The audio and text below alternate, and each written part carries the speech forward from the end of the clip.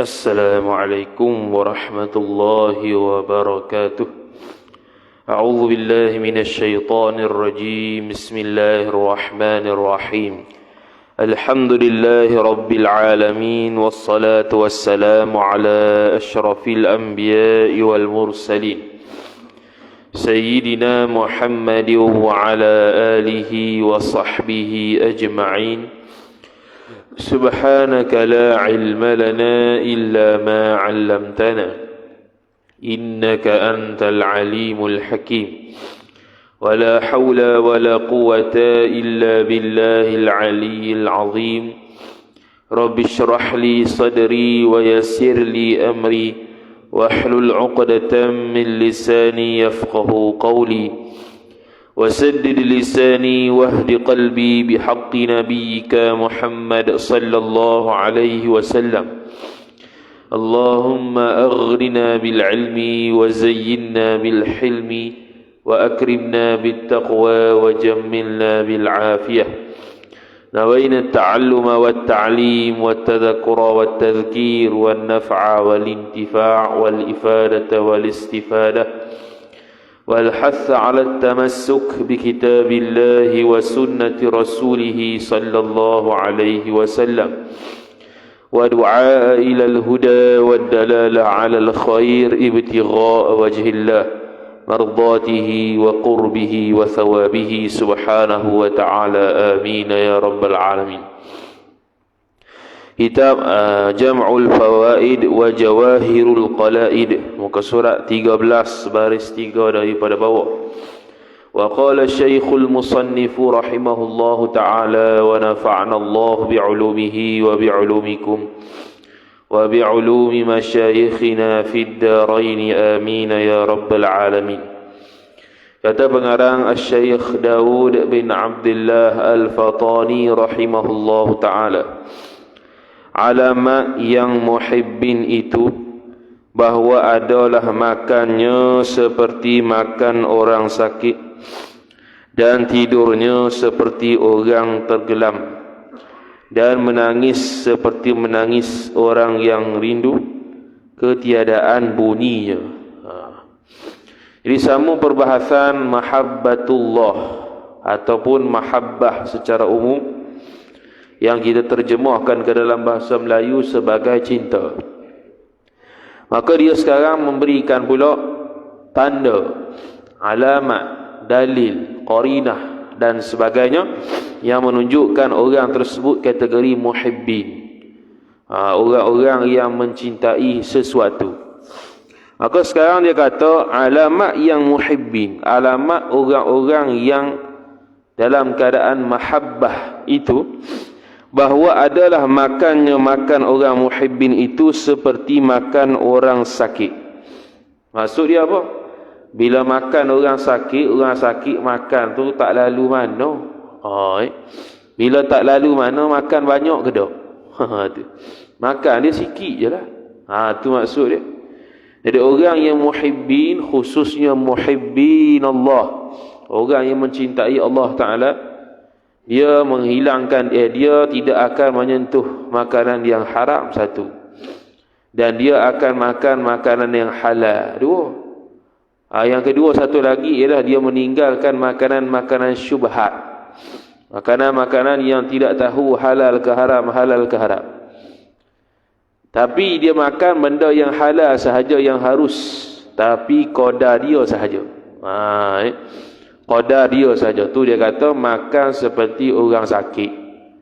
Mana kalau makan seperti orang sihat, gagah makan banyak lah. Makan banyak tak banyak ni dia tengok tempat juga. Kalau seorang itu pergi rumah orang, dia makan sikit, dia buat tunjuk warok dia. Jadi benda tu tak kena lah. Kalau depan orang ataupun dia panggil rumah orang, makan tu kalau sikit sehingga akan kita ni orang kata warok bak makan, tu tak apa nak kena mana. Dia pergi rumah orang ni kena makan. Syekh Nawawi Al-Bantani rahimahullahu ta'ala sebut dalam kitab Qami'ut Tughyan. Dia kata antara adab sebagai tetamunya ialah tidak berkata kenyang bila dihidangkan makan. Ni dia buat warung dia. Saya kenyang tadi makan apa.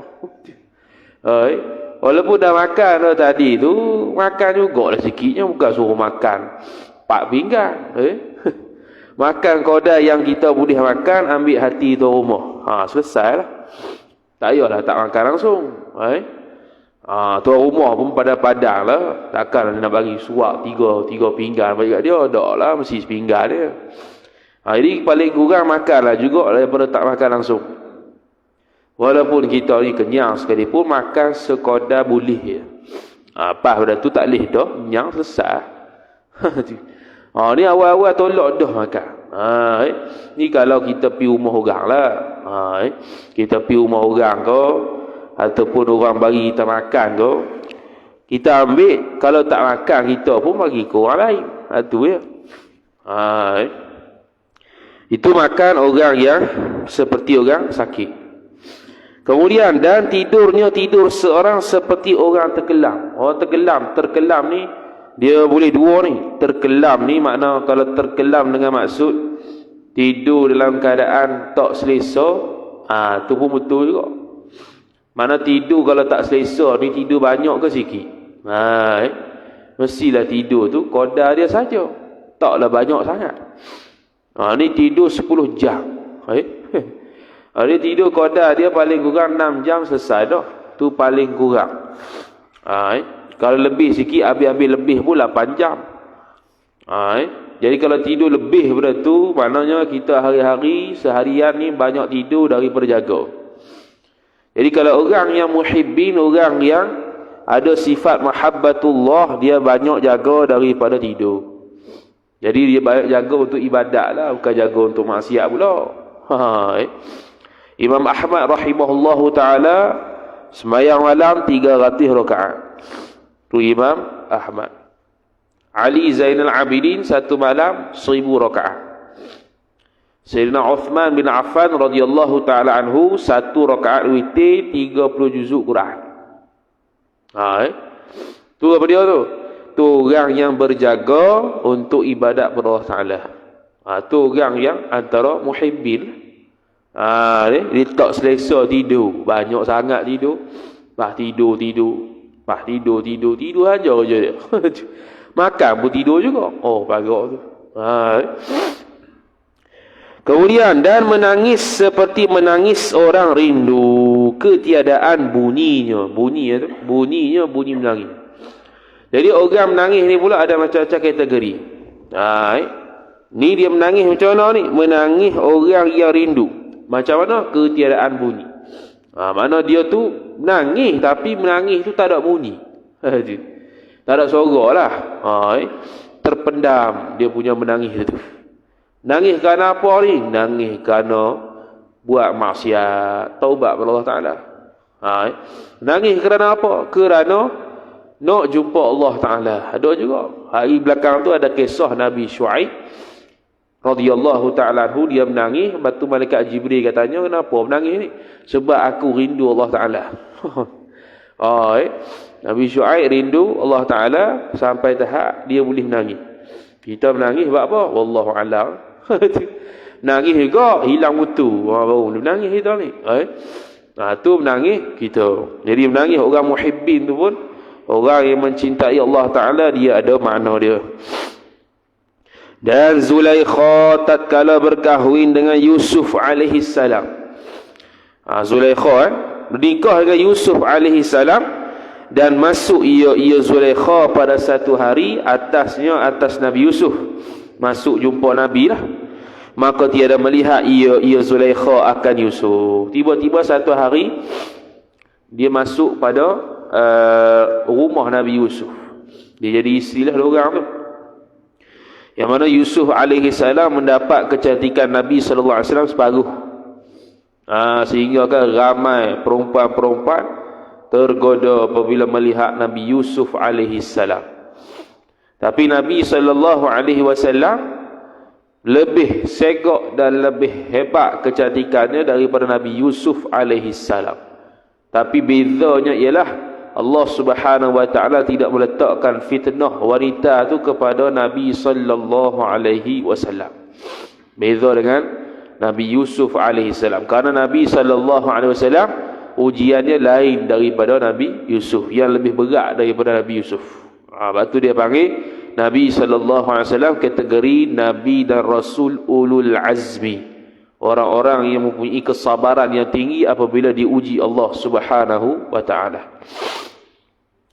Maka dia jumpa Nabi Yusuf, tengok tak ada. Maka bertanya Zulaikha akan Yusuf.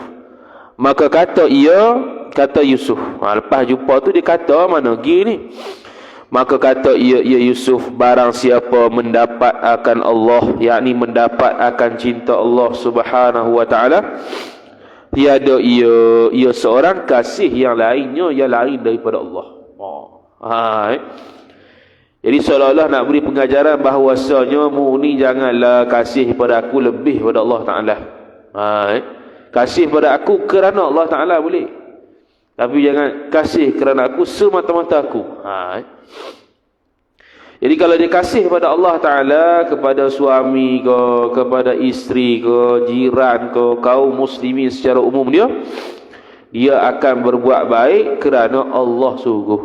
Allah tu dia punya mahbub, zat yang dicintai. Allah Ta'ala tu mahbub, orang yang ataupun zat yang dicintai oleh seseorang. Bila Allah tu dia menjadi habib ataupun mahbub yang dicintai dalam hati dia hanya Allah Ta'ala, maka seluruh Allah Ta'ala suruh dia buat.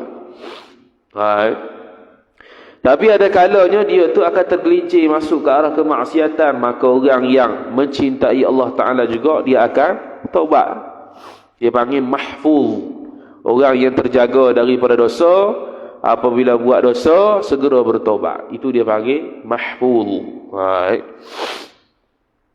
Kemudian kata musannif rahimahullahu ta'ala, hikayatun, ini satu cerita bahwasanya seorang laki-laki hendak makan timun qitha. Qitha tu timun lah. Qitha tu bahasa Arab, timun tu bahasa Melayu. Timun qitha tu timun lah. Timun hak hijau, bukan timun Cina.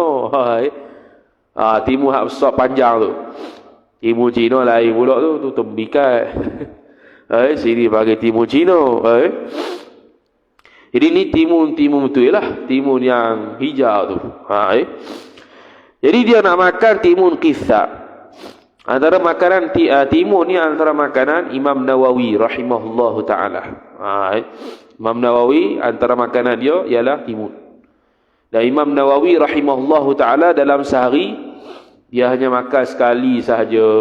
Sehari sekali. Kerana sibuk mengarang kitab. Sibuk belajar dan mengarang kitab. Sehari dia belajar 12 kitab. Kita belajar 1 kitab. Tu pun 30 minit je. Bukan 2 jam, 3 jam. Jadi dia kata, satu hari laki-laki hendak makan buah qitha. Maka dipatahkan timun tadi. Maka didapatnya timun tadi pahit. Dia makan pahit timun. Timun takkan manis semua, ada bahagian yang pahit juga. Hak tua tu. Maka diberilah akan sahaya seorang. Tadi dia ada seorang sahaya, mana dia penghulu lah. Dia jumpa timun tu, dia patahkan timun tu, kemudian dia beri kepada hamba sahaya dia. Maka memakan ia hamba sahaya tadi akan timun tadi. Dia makan relax. Penghulu dia makan tak jadi makan dah sebab pahit. Benda pahit mana boleh telan? Benda pahit mana boleh telan? Tak sanggup nak telan. Lepas tu dia tengok hamba dia ni, kok mana benda pahit boleh telan weh? Maka berkata penghulu hamba tadi, betapa, yakni macam mana engkau makan akan timun tadi? Kau makan macam mana? Aku tak boleh makan ni, pahit. Maka ia timun tu pahit. Maka sahut hamba tadi, sonya telah aku makan beberapa banyak pada tangan engkau, yakni penghulu, daripada manih-manih, maka aku benci bahawa tiada aku makan pahit ini sekali jua. Gitu punya setia kepada penghulu. Ni cerita berkenaan dengan mahabbatus sayyid lah pula ni. Cinta ataupun setianya kepada penghulu di zaman sistem hamba. Sehingga kan apa yang dimakan hamba, apa dimakan penghulu tu dimakan juga. Tak kisahlah pahit ke manis, ikut dia lah. Itu dari sudut penghulu. Dari sudut hakikat Allah Ta'ala pula, Allah Ta'ala yang punya timun tu. Jadi apa yang Allah Ta'ala hidang pada kita rezeki dia, baik sedap tak sedap, kalau orang tu tahu tu daripada Allah, dia makan juga. Lepas tu kalau tunggu dia pergi rumah orang contohnya, jagang tolak makan, walaupun makan tu tak makan. Walaupun makanan tu tak makan, tapi dengan sebab nak jaga tu rumah punya hati, makan juga. Makan tu berselera pula tu. Padahal dia tak pernah makan ataupun dia tak makan makanan tu. Tapi disebabkan dah dihidang pada dia makanan yang dia tak makan, dia makanlah juga. Tu antara adab ataupun akhlak orang yang pergi tamu rumah orang. Nampak macam berselera, padahal dalam hati aku tak makan dah ni. Makan ni sebab tuan rumah hidang. Kalau tak hidang tak makan dah. Ataupun ada hidangan lain, aku pilih hal lain lah. Ni ada ni je, hak ni lah aku makan. Jadi pemberian Allah Ta'ala makanan tu sedikit ke banyak, sedap ke tak, sedap sangat ke tak sedap sangat ke, asalkan tu rezeki Allah, dia ambil belaka. Tu dari sudut makanan. Lebih kita rasa bersyukur pada Allah Ta'ala, kita ada makan berbanding orang lain ada yang tak ada makan. Ataupun makanan mereka tu bukan makanan-makanan yang kebiasaan manusia makan. Dia makan rumput ke. Lebih baik kita makan makanan tak sedap tapi dia dipanggil makanan, banding kita makan rumput betul-betul gitu. Ada yang tak dapat makanan, kita dapat makanan, cerewet pula ke atas. Tak cukup garang lah apa lah.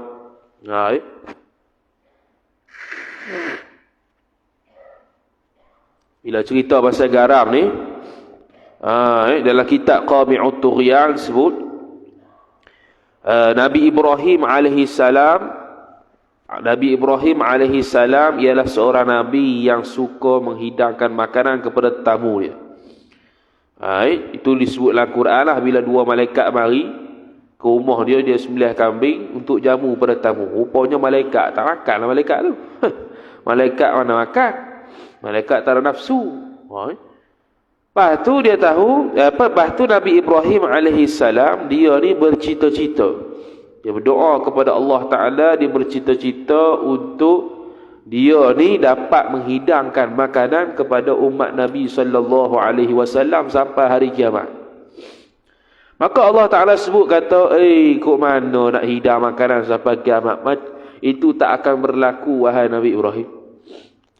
Maka Allah Subhanahu wa Ta'ala, dia berdoa juga. Maka Allah Subhanahu wa Ta'ala menghantarkan malaikat Jibril alaihi salam ambil kapur syurga. Kapur lah, bukan kapur dunia ni. Kapur di syurga, ambil segenggam bagi ke dia.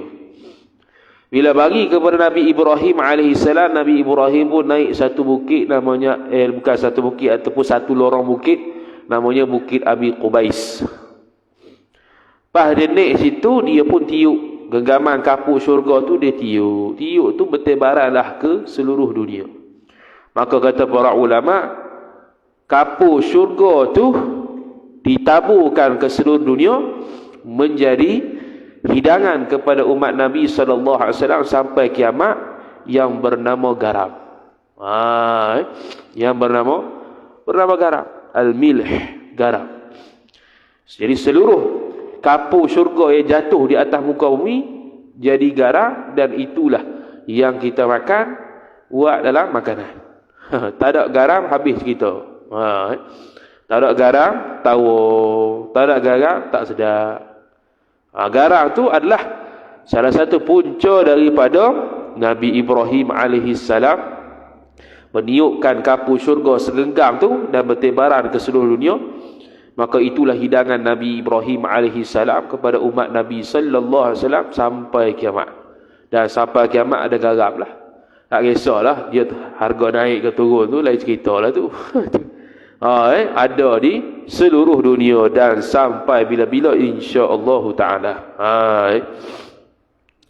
Habis kemudian kata musannif rahimahullahu taala, nuktatun, nuktah ni satu rahsia pula. Tadi hikayat ni rahsia lagi. Dia kata seperti bahwasanya Allah Ta'ala berfirman, hamba-Ku menanggung akan segala kebencian kerana-Ku. Kebencian apa ni? Nafsu. Nafsu benci apa? Nafsu benci semayang, nafsu benci puasa, nafsu benci pergi haji umrah. Sebab apa? Payah. Nafsu suka syahwat. Nafsu suka untuk mencuri, nafsu suka untuk tidak sembahyang, nafsu suka tidak berzikir. Dia lewati, dia lalui belaka segala benda-benda yang dibenci oleh nafsu. Sebab apa? Kerana aku, kerana Allah Ta'ala. Maka dia pun kata, maka tiada ia seorang melintangkan bagiku. Melintang ni membangkang. Melintang ni bangkang. Dia tak bangkang satu tim. Tu dia tak bangkang langsung. Dia buat turut je. Mari waktu semayang. Walaupun dia malah ada perasaan, masuk pulak baru nak tidur. Contohlah. Lepas tu sehari maghrib, mari lagi. Isyak, mari lagi. Subuh pula, Allah lah, sedap tidur waktu tu. Sehingga ada azannya, as-salatu khairum minan naum. Sembahyang itu lebih baik daripada tidur. Tapi waktu tidur tak dengar pun. As-salatu khairum minan naum, lagi kau tidur. Jadi dia tak bangkang sikit habuk pun dia turut. Kerana apa? Kerana aku. Maka demikian pula lah aku ampunkan dosanya dosa orang tu, dan tiada aku lentangkan kepada orang tersebut. Lentang apa ni? Lentang dengan makna bentangkan di akhirat dosa-dosa dia. Gitulah zahir maknanya. Jadi dia ampun, Allah Ta'ala ampun dosa-dosa dia nanti di akhirat, di pada mahsyar waktu hisab. Dia tidak akan membaca dosa-dosanya kalau Allah Ta'ala ampunlah. Dosa apa tu? Dosa kecil, dosa besar. Jadi kalau seseorang tu mati tanpa bertaubat, maka kita tidak boleh su'udzan, tidak boleh buruk sangka kata dia ni ahli neraka, tak boleh. Walaupun kita faham kata dia ni orang fasik sekalipun, hukum dia haram su'udzan, tidak boleh buruk sangka kata dia ni confirm ahli neraka. Sebab apa? Sebab boleh jadi dia tu masuk syurga dengan sebab Allah ampun, boleh jadi dia tu masuk neraka dengan sebab Allah tak ampun. Jadi kita tidak boleh su'udzan. Seperti mana kita tidak boleh su'udzan kalau seseorang itu hendak mati, sakaratul maut, kita pun talqin syahadah, asyhadu an la ilaha illallah wa asyhadu anna Muhammadar Rasulullah, ataupun la ilaha illallah Muhammadar Rasulullah. Lepas tu dia keluar perkataan kufur ketika itu. Ini dalam kitab Aqidatun Najis sebut, tidak boleh kita hukumkan dia itu kufur. Kerana apa? Kerana boleh ada kebarangkalian ketika itu dia hilang akal dia, cakap benda mengarut. Sampai tahap tu husnudzan, baik sangka kita kepada orang yang nak mati. Jadi tak boleh lagi kita tu bakar mayat dia atas alasan dia tu telah kafir. Tak boleh. Habis.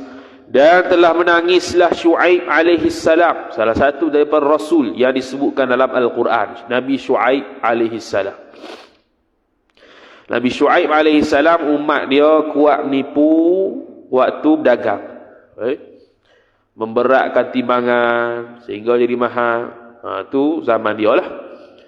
Lepas tu dia kata menangis Syuaib tu daripada ni sebab rindu. Rindu apa dia? 10 tahun. Sebab rindu 10 tahun. Selama 10 tahun ni dia ada perasaan rindu sehingga menyebabkan dia ni menangis. Rindu aja ni, tak tahu lagi rindu apa tu. Sehingga buta matanya. Sini kena jaga. Kalau belajar dalam kitab akidah, buta itu sifat yang mustahil ada pada Rasul.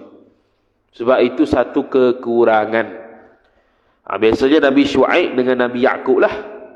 Kalau Nabi Yaqub tu dia menangis kerana Nabi Yusuf tak ada.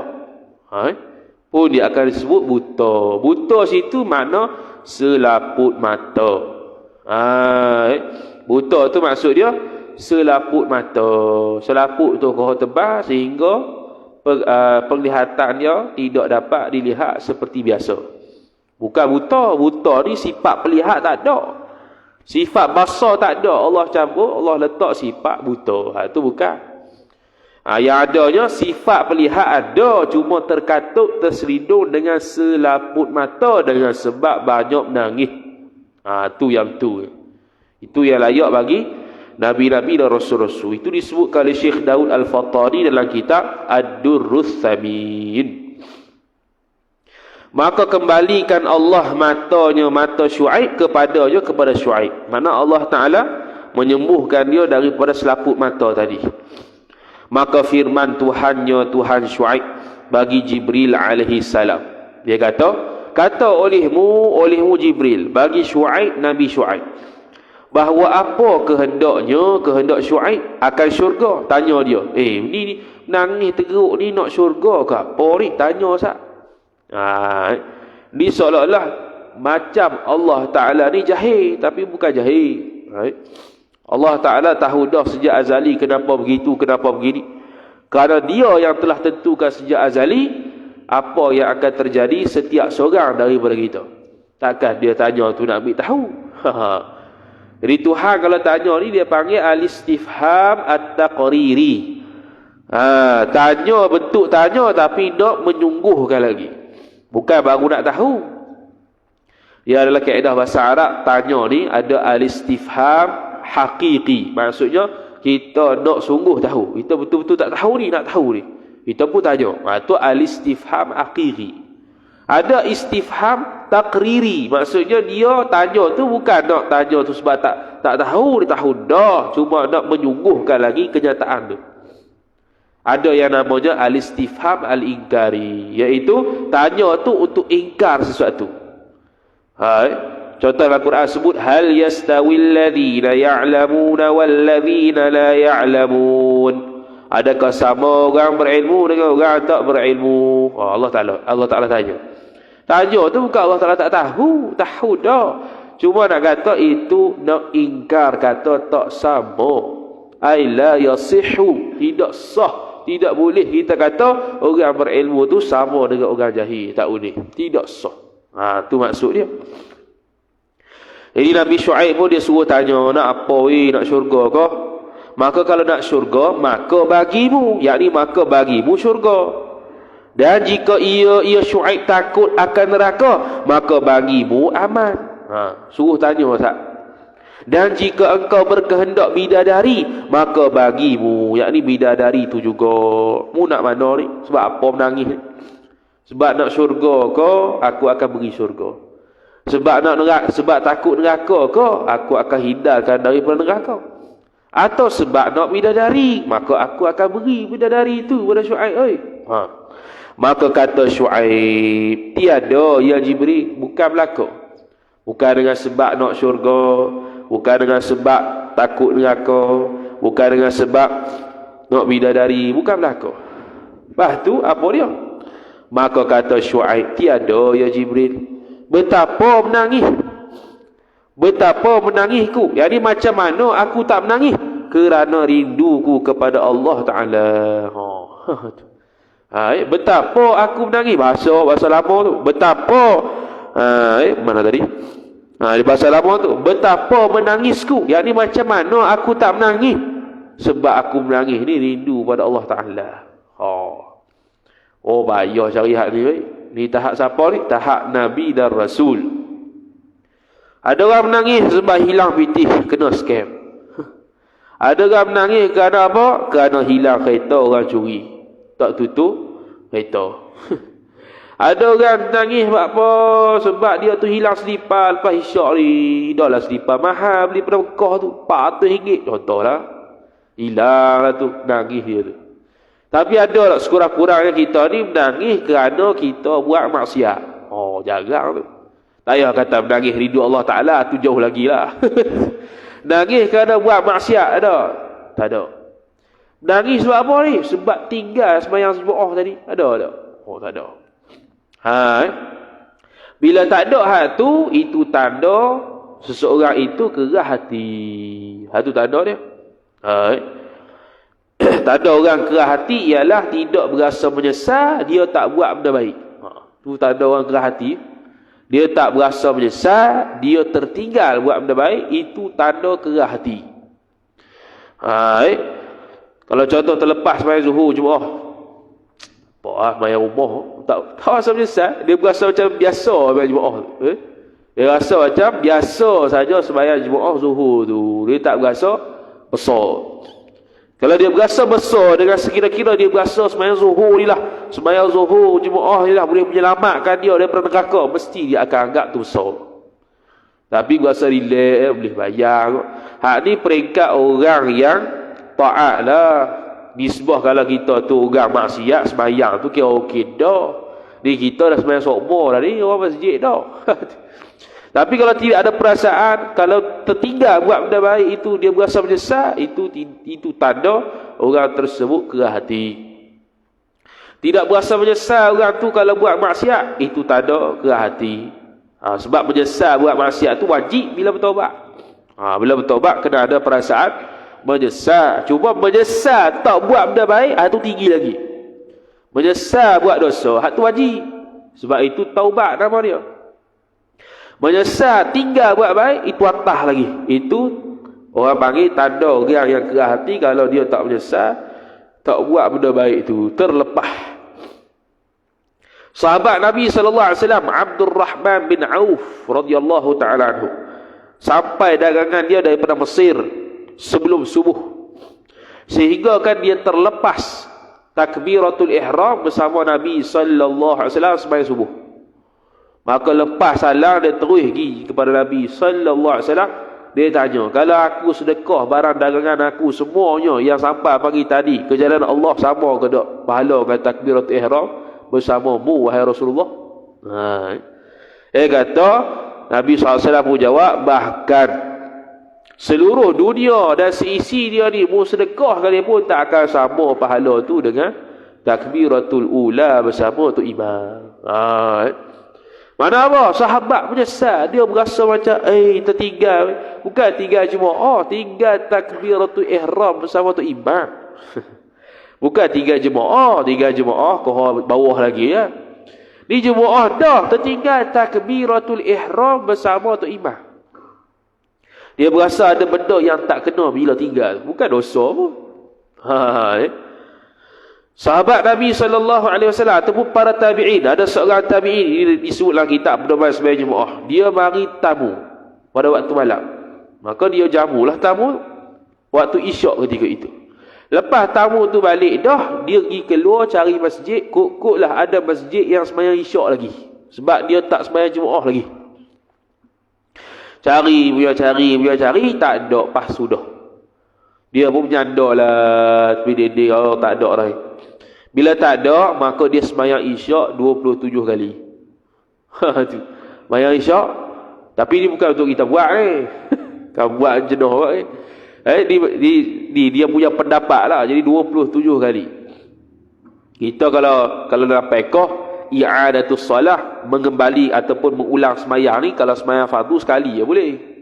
Tak boleh banyak kali, atas pandangan mu'tamad lah. Jadi dia pun ulang 27 kali. Lepas tu malam tu dia tidur, dia mimpi naik kuda dengan beberapa kumpulan. Kuda dia laju dah, orang tu laju lagi. Kumpulan-kumpulan yang dia duduk sertai tu laju lagi kau ke depan. Dia kau laju dah ni, jadi nampak ketinggalan juga. Lepas tu adalah orang kuda tu, dia mari ke belakang, dia tanya, kenapa mu cepat sangat? Sebab aku nak cepat nak sampai ke set-set mu ni. Dia kata mu tak akan dapat kerana mu tinggal sembahyang isyak berjemaah. Tak akan dapat. Jadi lepas tu dia bangun tidur, dia pun menangis sebab tinggal sembahyang jemaah semalam. Sebab tamu tu mari. Tu orang mana? Orang yang sampai tahap tinggal benda baik berasa menyesal. Tu level lain kan? Jadi kena level tu lah kita punya orang masjid. Tak ada dah kita ni takkan kita berzina pula. Tak ada dah bukan level kita tu berzina tu. Zina tak ada, curi tak ada. Tak ada belakang dosa-dosa besar. Paling-paling tahid dosa kecil ya. Baik. Patutnya kita meningkat kat arah tu. Menyesal kalau tidak buat benda baik. Bahkan berlumba-lumba buat benda baik. Fastabiqul khairat. Berlumba-lumbalah kalian untuk buat benda baik. Kemudian kata musannif rahimahullahu taala, maka firman Allah taala, "Hei Jibril, kata olehmu Jibril kata kepada Syuaib itu, menangislah olehmu Syuaib hingga engkau berjumpa akan daku akan Allah taala. Tiada hilah bagimu, yakni tiada halangan bagimu sama sekali." Noktah. Nangislah tak apa kalau kerana Allah taala. Sehinggalah kamu akan berjumpa Allah taala, iaitu matilah. Wallahu taala a'lam. Wa a'udzu billahi minasyaitonir rajim. Bismillahirrahmanirrahim. Alhamdulillahi rabbil alamin, wassalatu wassalamu ala asyrafil anbiya'i wal mursalin sayyidina Muhammadin wa ala alihi wa sahbihi ajma'in. Allahumma zidna ilma warzuqna fahma. Allahumma zidna ilma warzuqna fahma. Allahumma zidna ilma warzuqna fahma. Wa sallallahu ala sayyidina Muhammad wa ala alihi wa sahbihi wa baraka wa sallam. Walhamdulillahi rabbil alamin. Wassalamu alaikum warahmatullahi wabarakatuh.